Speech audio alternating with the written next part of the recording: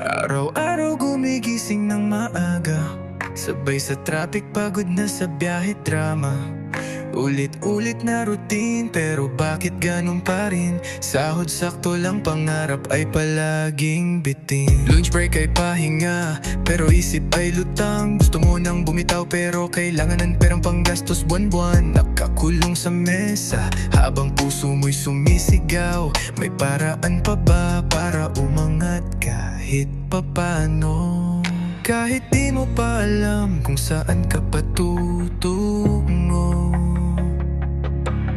may liwanag din sa dulo kung di ka susuko. May paraan pa, may daan pa, di ka lang pangkahon, pangarap mo'y totoo na. Kung pakiramdam mo'y wala ng pag-asa, andyan ang Ascendra, tutulong sa'yong lumaya. Hindi mo kailangang iwan agad ang trabaho, pero pwede mong simulan kahit dahan-dahan lang to. Digital na ngayon, mundo'y nagbago. Sa Ascendra, matututo ka kung paano ka aangat dito. Kahit takot ka pa, kahit duda pa sa sarili, basta may pangarap ka, may pag-asa kang magtagumpay muli. May paraan pa, may daan pa, di ka lang pangkahon, pangarap mo'y totoo na.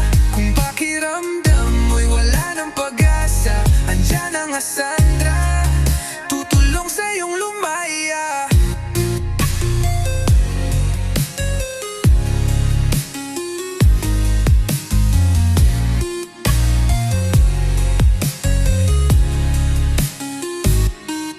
Hindi mo kasalanan kung napagod ka na, pero may choice ka pa, manatili o magsimula. Ascendra ang simula ng panibagong kwento.